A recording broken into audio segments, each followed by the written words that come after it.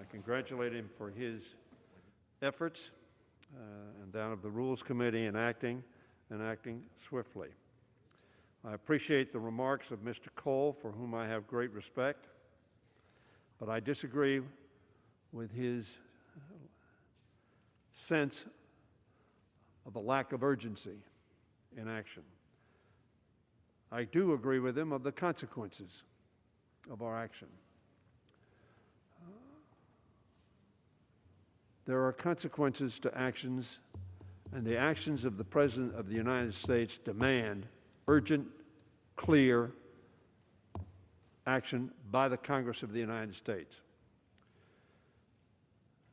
The chairman of the committee introduced the remarks and put them in the record. But I want to reference the remarks of the chair of the Republican Conference, which is the analog to the Democratic caucus. It is all the Republicans elected to the Congress of the United States in the House of Representatives. And they elected Liz Cheney, the daughter of the Vice President of the United States, the former whip of this House, Dick Cheney, with whom I served in the 80s. Representative Cheney from Wyoming, a conservative Republican, said this: "The President of the United States summoned the mob, assembled the mob, and lit the flame of this attack." That is not some irresponsible new member of the Congress of the United States. This is the daughter of the former Republican whip and former Vice President of the United States of America. She knows of what she speaks. And she said this as well: "There has never been a greater betrayal by a President of the United States of his office and his oath of Constitution, to the Constitution." This is not, as Liz Cheney says, just some action. She characterizes it as the biggest betrayal of any President of the United States in our history.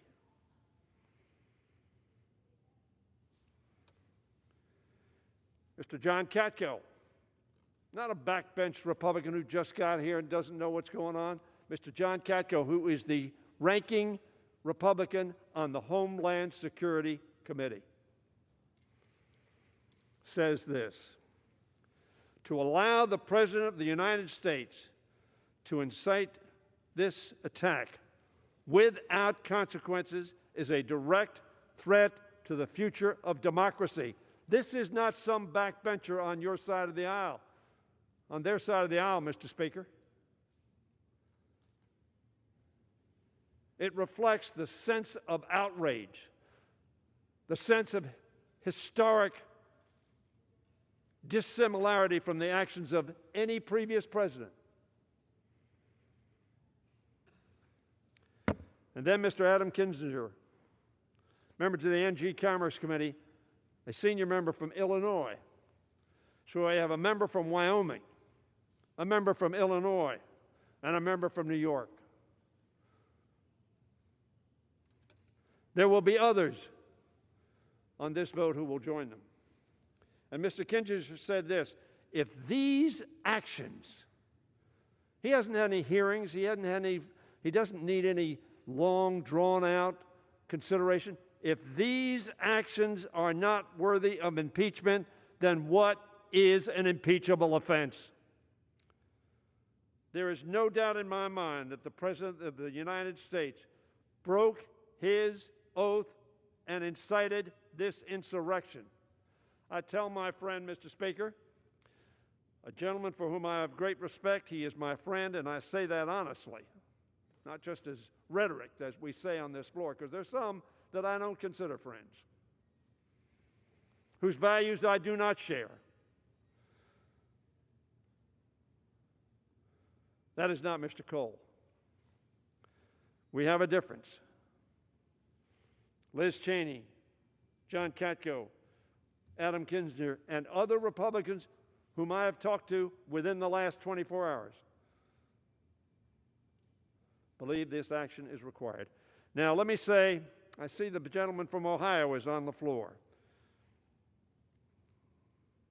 He likes to say that we Democrats were elected and the first thing we wanted to do was impeach this president. And he's shaking his head in agreement because, like the President of the United States, he denies the facts. Trump-like. Fake news. December 6, 2017, Mr. Green, whom I'm going to refer to, offered a motion because he saw the danger that confronted our country. And he filed a resolution of impeachment. And on December 6, 2017, we had a vote on that. And the majority of Democrats voted no. Actually, they voted yes to table, so that we did not proceed in 2017.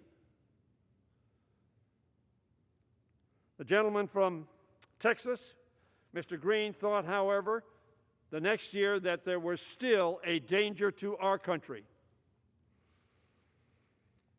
Some of us shared that view, but we were not confident that the case could be made or that the transactions that had proceeded would lead to conviction. So on January 19th of 2018, we had a motion to table Mr. Green's resolution.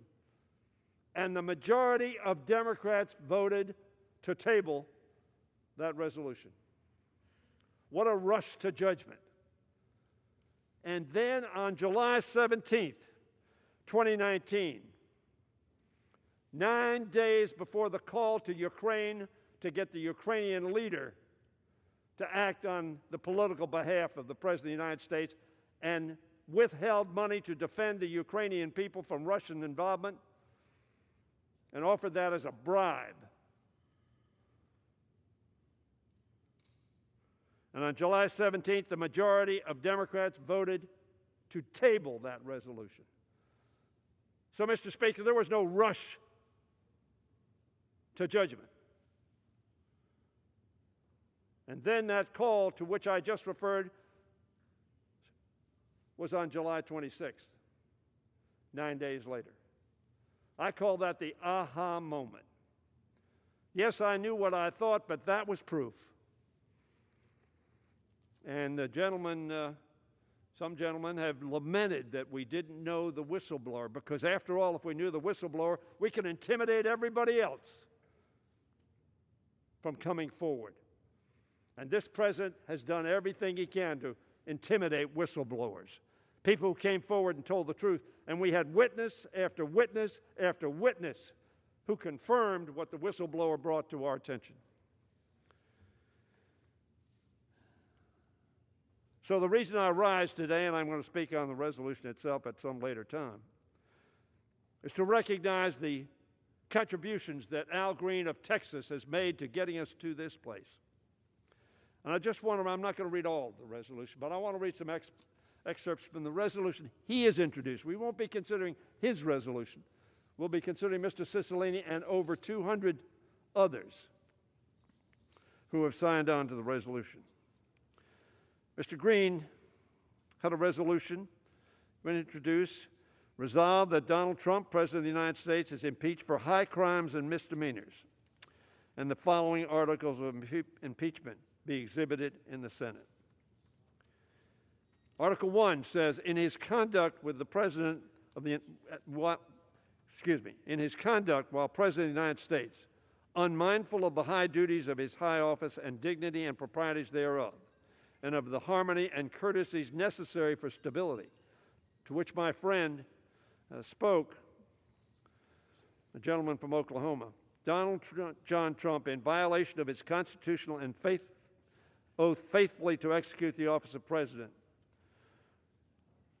has harmed the society of the United States, brought shame and dishonor to the office of the President of the United States, sowing discord among the people of the United States, by weaponizing hate for political gain.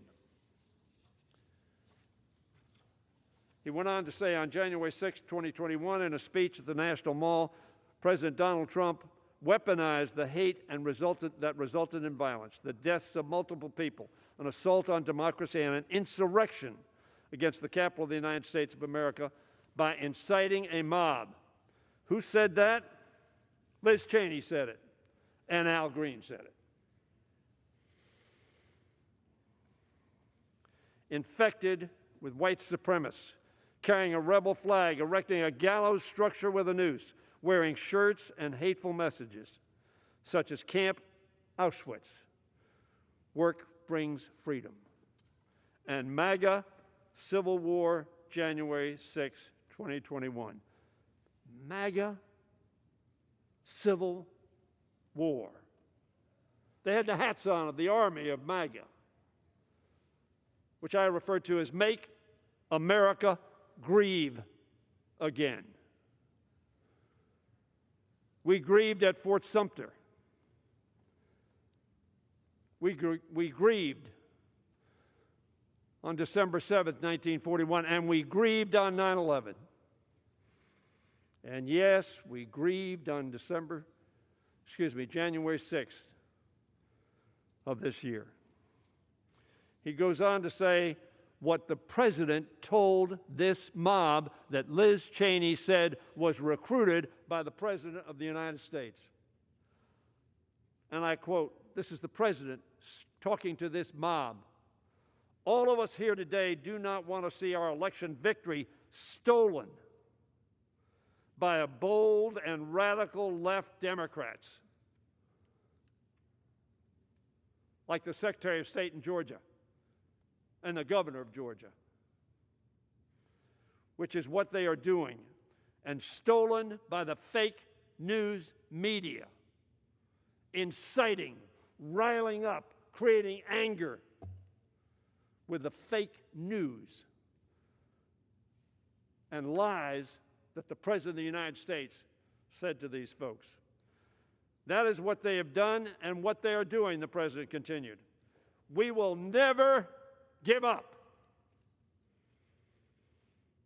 We will never concede. It doesn't happen. You don't concede when there's theft involved. And so what did they do?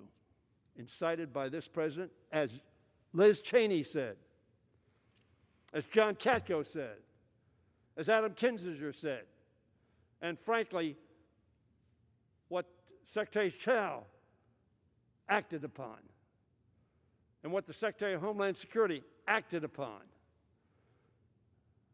and what so many others in the administration have acted upon. Disgusted, dismayed, and disheartened by what their president had done. They got out. They quit. The president further emboldened them, saying, this is the green resolution. We're not considering it, but it is the green resolution. The president further emboldened them, saying, you will never take back our country with weakness. We had a display of non-weakness, criminal, insurrection-like conduct, recruited by and deployed by the President of the United States to come to this Capitol and stop the steal. The steal, of course, was we assembled accepting what all the courts that considered it said was a fair and accurate election of Joe Biden and Kamala Harris as President and Vice President of the United States. After his National Mall speech, a mob of his supporters proceeded to the Capitol complex. We know that. And so Mr. Green's resolution ends with, wherefore, to prevent national harm to our society, Donald John Trump, by such conduct, warrants immediate impeachment trial and removal from office and disqualification to hold and enjoy any office of honor, trust, or profit under the United States Constitution and the 14th Amendment. So in conclusion, Mr. Green is going to speak after me, but in conclusion, Mr. Speaker, let me tell my friend Mr. Cole, I've been here some time, he has as well. I've served with Ronald Reagan, with George H.W. Bush, and George Bush. I had respect for all of those presidents. They cared about our country, they honored our Constitution, and they executed the duties of their office consistent with the Constitution and laws of our country. That is not true of this president. And therefore, he ought to be removed. And we have that opportunity to do so. Is there little time left? Yes. But it is never too late to do the right thing. I yield back the balance of my time. Gentleman from Maryland yields. Gentleman from Massachusetts.